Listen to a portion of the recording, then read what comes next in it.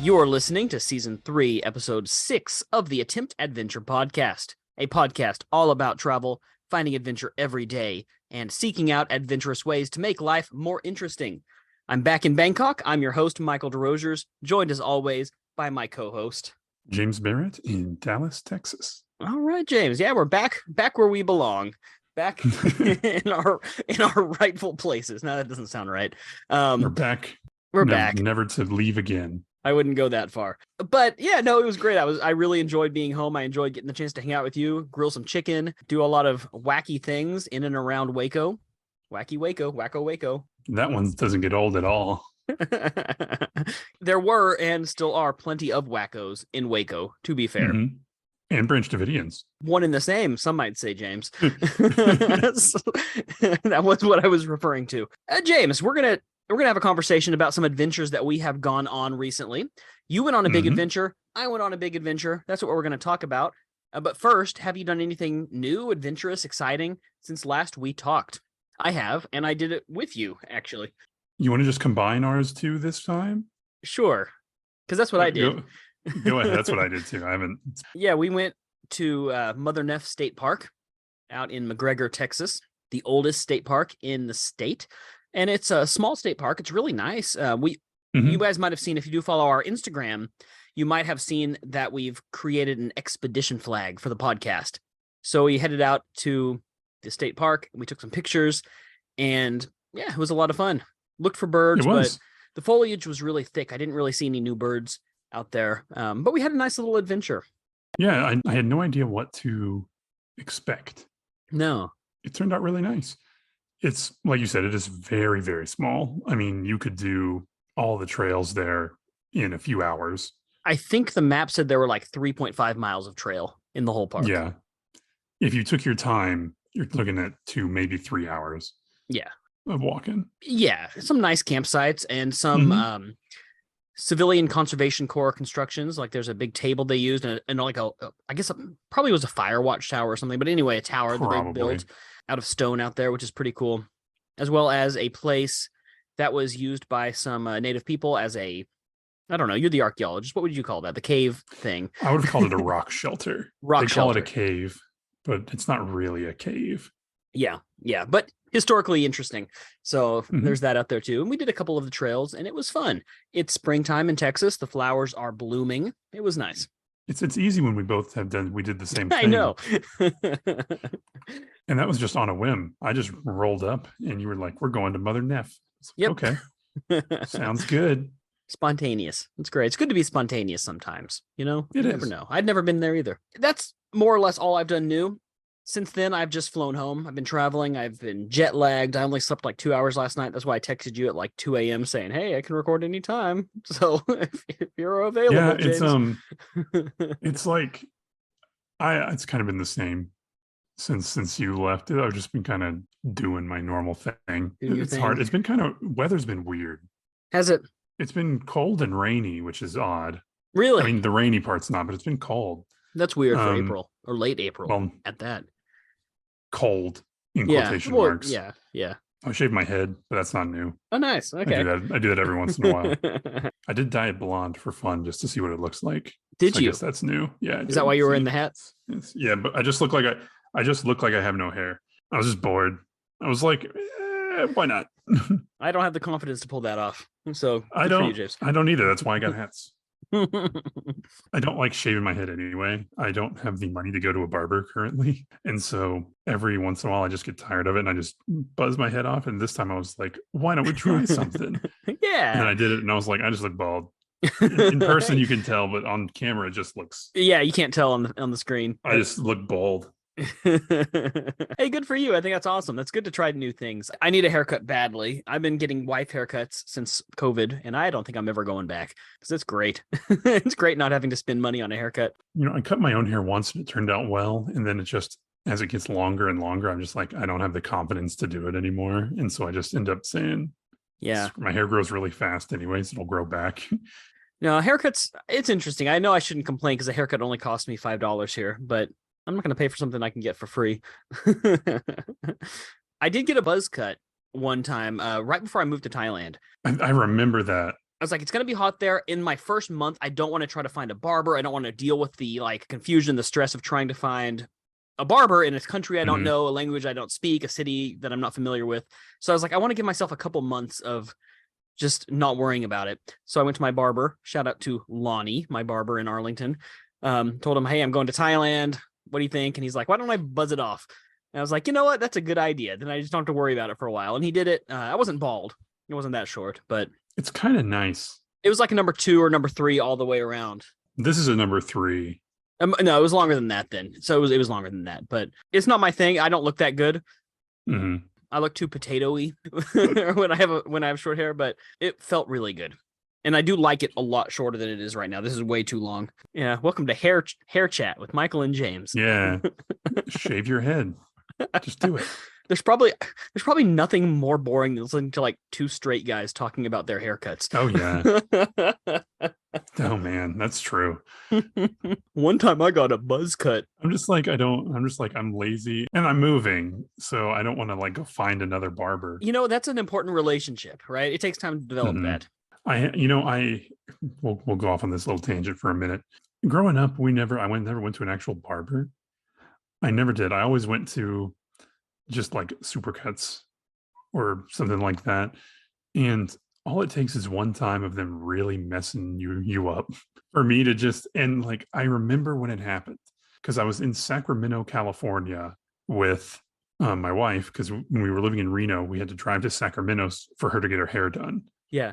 And there was a supercuts and I was like, I really need a haircut. I'm just going to jump in while she's doing that and I'm going to get my haircut. It was awful. Really? It was the worst haircut I've ever had in my life. And from that moment, I swore I will never go back to one of those places ever. And then you find a barber and you're just like, this is great.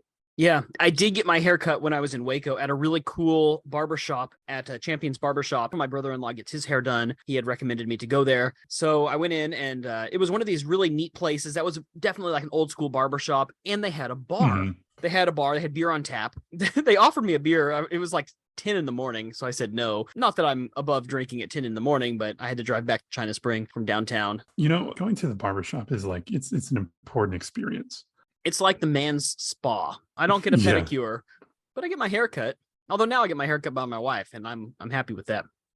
And you can have a beer while you're getting it done. I often do. Nice. Well, anyway, before we go on that. Here, I will say in Thailand, it's very easy because I was talking to the barber in Waco. He was asking me about what's the barbershop scene like in Bangkok. And anything. You have a wide range. You can pay $5 like I do locally, or you could probably pay $100. I mean, you can find anything. Oh, yeah. But my guy, I love it. I just go in, he looks at me and he goes, same? And I say, same. I sit down and he just does it. Oh, it's great. It's so easy. Awesome. No beer, though. My barber in Bangkok is Muslim and he does not imbibe. A pretty cool job, honestly. Being a barber would be cool. Yeah. I read a story the other day about a guy that had been a barber for like 75 years. He was like 90 years old. He'd been cutting hair since he was like a teenager. So it's my like plan to become a barber. Why not? I don't know. I've cut my own hair. I've cut my wife's hair. You're just 3 letters away from barber. That's true. Anyway, this is getting weird. Let's move on. The ear goggles. Does anyone remember ear goggles? If you do, probably not. Write in, let us know. Anyway. Well, let's get into it, James. Today we're talking about some of the adventures that we have had recently. You had a big one, and I want to hear all about it. Why don't you go ahead and start us out? What did you do? Yeah, so recently my wife and I took a vacation / get stuff done trip to Colorado, where we are moving back to. You and your wife, unfortunately, couldn't join us because you were having your own adventure at the time. Right. Which you'll get into in a minute. But we spent 2 days in Estes Park, which beautiful up there. The weather was like the first warm weekend of the year. It was like 65 to 70 degrees, bright and sunny. It was beautiful, absolutely beautiful. The first night when we got in fairly early, around 4 p.m., 5 p.m. First thing we did was we got to the hotel, put our stuff up, and immediately went and got Thai food. Nice. And let me tell you, shout out to Estes Thai in Estes Park. It is the best Thai food I've had in the United States. Hands down. Wow. The best. Like on par with Thailand. And I knew because as soon as we walked in, I saw the people working and I was like, oh, this is going to be good. Yeah. One tip, right? If you see a portrait of the king, you know it's going to be good because you know it's going to be owned and operated by actual Thai people who know what they're doing. They had 5-star reviews out of hundreds of reviews. Wow. Yeah. Not on Google, on Yelp. They had 5 stars on Yelp. I've never seen a restaurant with 5 stars on Yelp.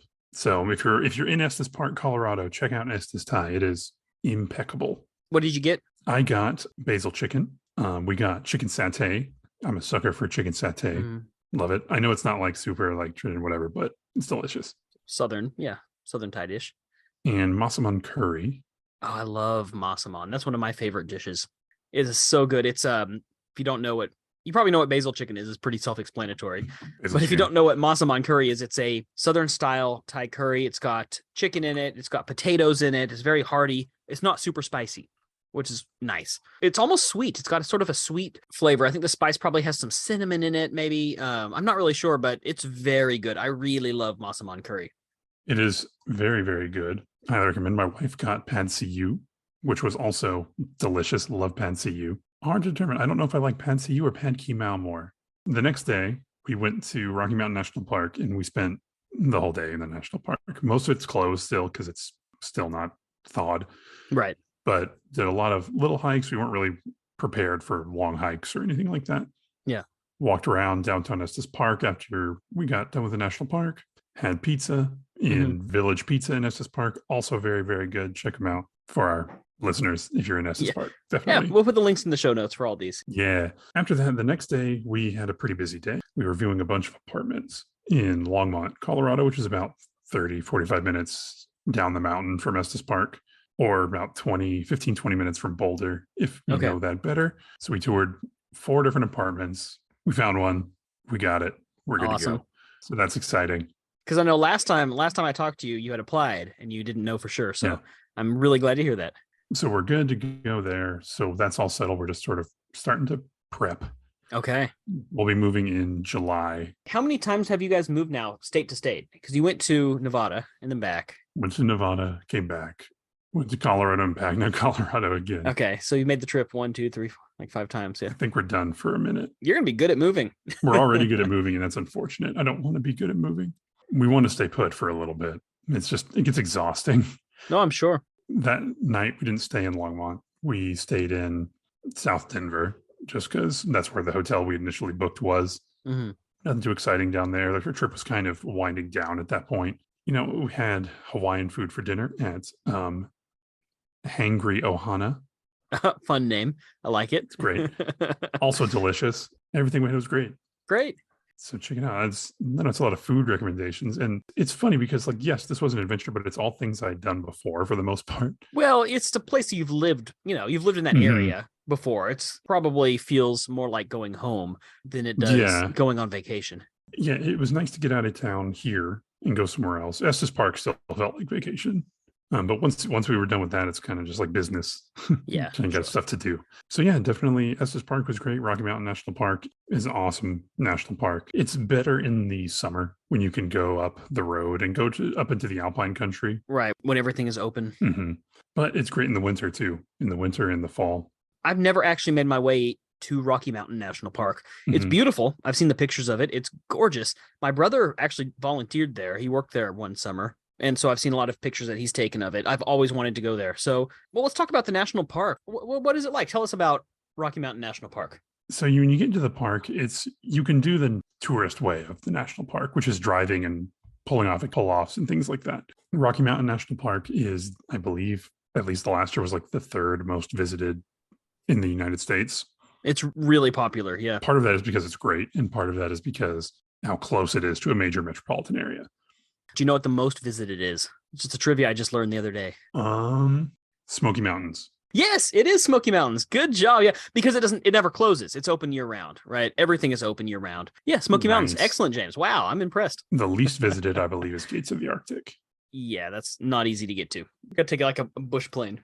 So Rocky Mountain National Park, it kind of has everything. It's got some rivers. It's got obviously mountains. It's got a few lakes.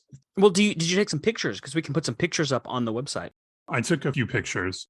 Well, send them to me. I'll put them up on attemptadventure.com. So listeners, if you want to see, go to the show notes and you can have a look at some of the pictures that James took. But yeah, so that was pretty much my adventure. You also had an adventure involving a national park. I went with my wife and parents way out to West Texas to go to Big Bend National Park, one of the 2 national parks that we have in the state.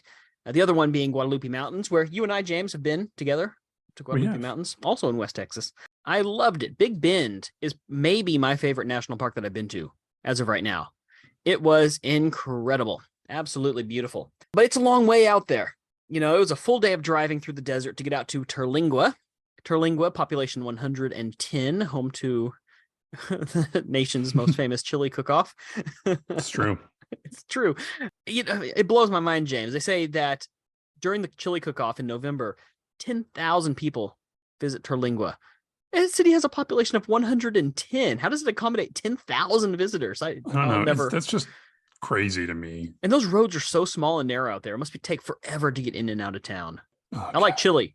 Maybe more than the next guy, but I don't know if I do that. I like chili a lot. But the town itself was very, very small. In fact, they even call it Terlingua Ghost Town. There's very much nothing in the town. There's like one hotel. Everything else is camping. But that's not why we were there. We were there to visit the national park. If you don't know where it is, if you guys can picture Texas, Big Bend in the Rio Grande River is where the park is, right? So the part kind of out west where it sort of dips down.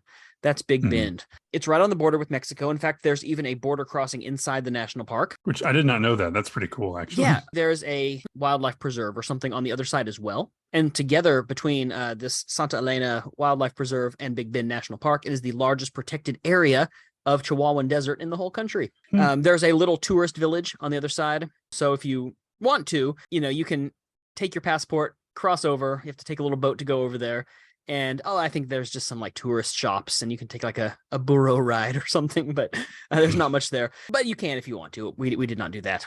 We did get to stand in the Rio Grande, which was really, really nice. So if you've ever been out there, we did the Window Trail. The Window is a really famous landmark out there where sort of the mountains form a kind of a window that you can look through. We hiked down to the canyon itself, which was fantastic as well. Saw a bunch of birds. It's one of the biggest birding hotspots in the country. There's some like 400 different types of birds. And I'm going to tell you, James, what I saw when I was out there, because I added a bunch of birds in just 2 days hiking out there to my life list.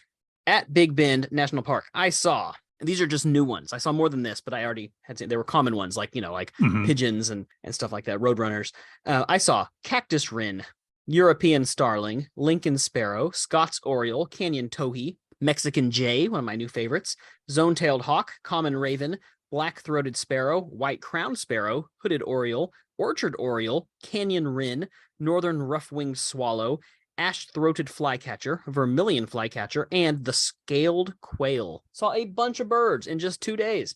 It was fantastic. On another note, we did have a run-in with a bear, which was also fun in hindsight. We were hiking back one of the trails, and there was a guy passing us the other direction.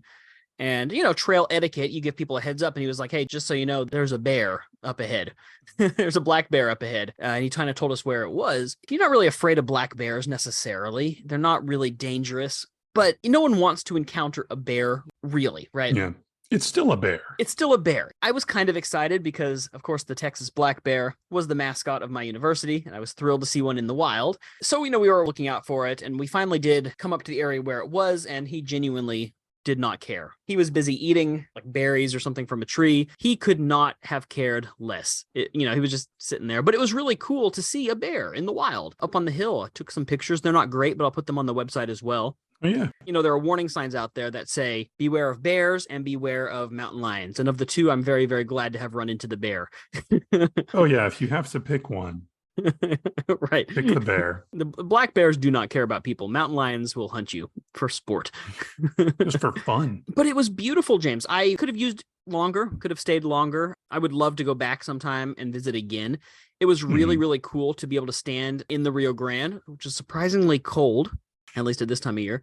And it was fantastic. Looking out at Santa Elena Canyon was beautiful. Apparently they had had a snowstorm like 3 weeks before we had visited. So everything was in bloom. All these desert plants that normally just look like cacti were just covered in flowers. The whole place was covered in flowers. It was really fantastic. Really, really otherworldly. There's a lot to do. There are so many trails. It's a big national park too.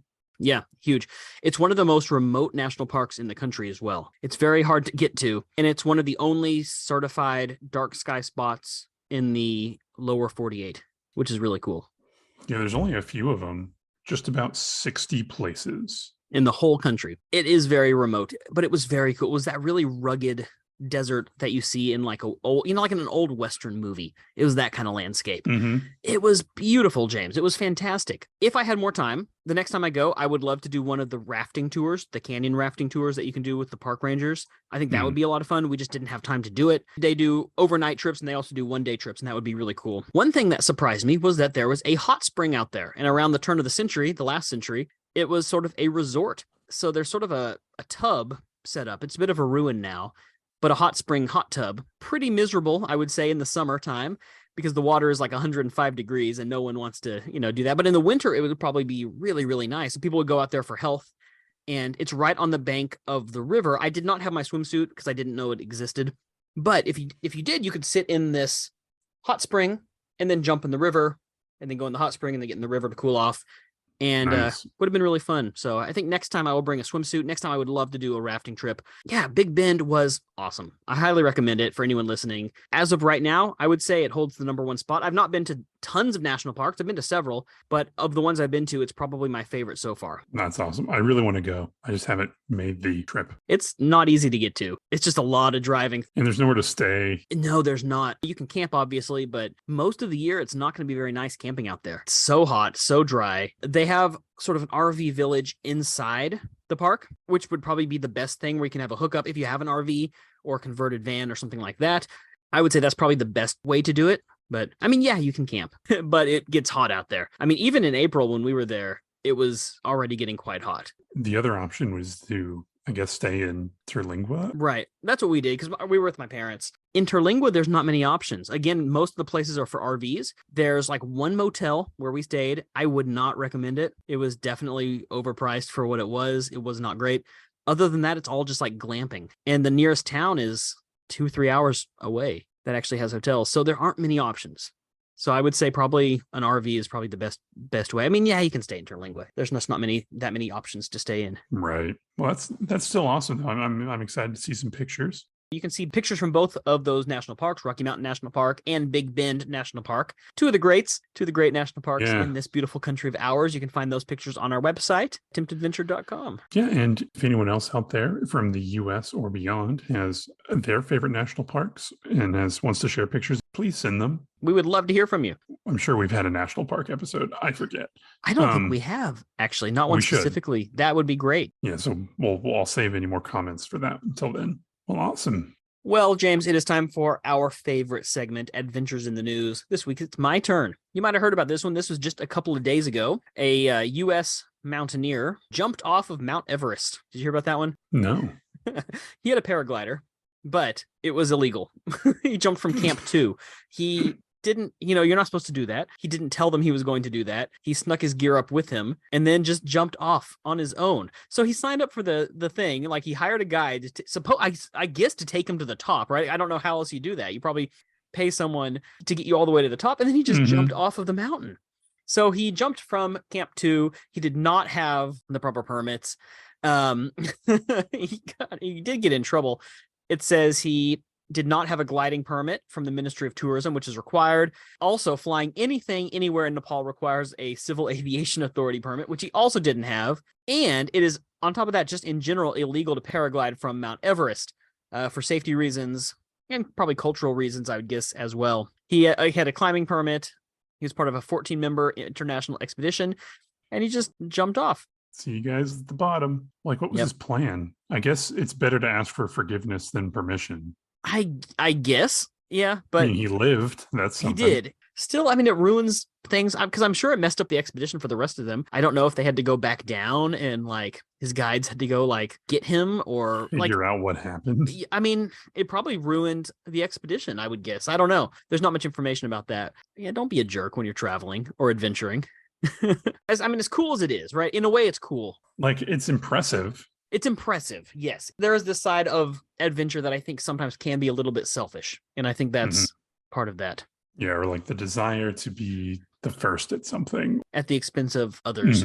Still, though, that's neat, but also, come on, man.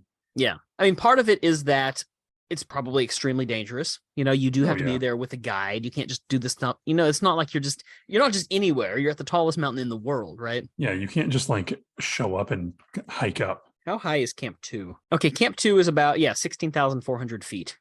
You know, and it takes so much money. It takes months and months of planning and preparation. And he was planning this the whole time because he brought his gear with him. Like he just tricked them. He paid $10,000 to. Yeah. That's around, I think, what it at least would cost. How much does it cost to climb Everest? Cost of climbing Mount Everest in 2021. The average, not including gear, it says the average is around $45,000. That's crazy. The average. So it says you can do it for as small as 20,000 or as much as 200,000.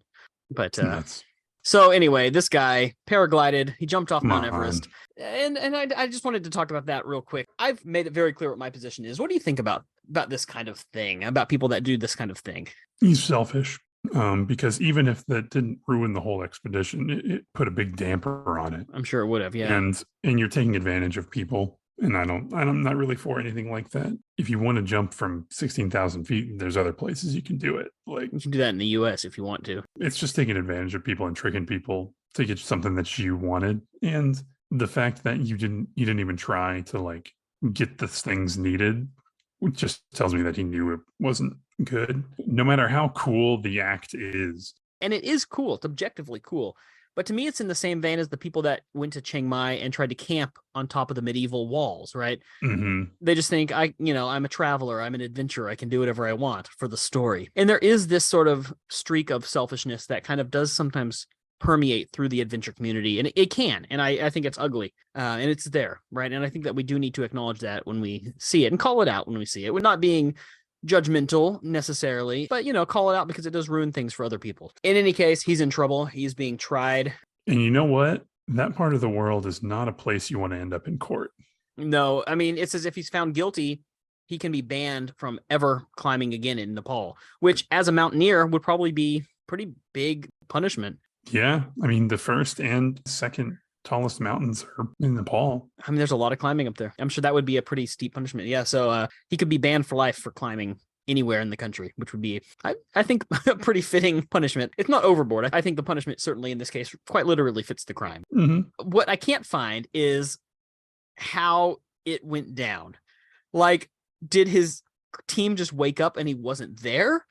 Or were they just like setting up camp and he was just like, see ya suckers, and they just see him like running past and launch him? Yeah, like how did it go down? That's what I want to know, because that would be, I feel like it would be hilarious however it went down. I feel like it would be really, really funny. Oh yeah, I feel like it had to be the other thing, because otherwise they do like a whole big search. If he was just gone, they would have done like a whole big thing, which I guess I don't know if they did. So they had to see him do it. My second question is, how did he get his gear up there? Because you're traveling really light. Every ounce counts, and you're taking really specific gear. How small does a paraglider get? I mean, well, I think it was probably a parachute. It was probably one of those where it's just a parachute. You think it's a parachute? Okay. Because the article says paraglider, but the article also doesn't really give any details. Yeah. Because, I mean, with those, you can, I don't know. I don't know anything about it. If there's any paragliders listening, let us know. Yeah, please. Yeah, that'd be good. Anyway, it's just a ridiculous story. And so I thought I would share that. It's a good one. All right. Well, folks, thank you for listening. You can find more Attempted Adventure content on Facebook, Instagram, which we have rebooted and I would say is going really well. YouTube, which we have also been doing really well on, and I'm very proud of that. We have 2 YouTube channels. You can go to Attempted Adventure Podcast and listen to the podcast right in your browser, but you can also go on to Attempted Adventure, where you can see our vlogs, our videos, our bonus content. You can see us playing geography games, stuff like that. And that comes out pretty semi-frequently as well. Of course, you can always go to attemptadventure.com to see show notes and pictures from the episode. And you can send your listener mail, and we would love to hear from you, to hello@attemptadventure.com. And until next time, keep adventuring.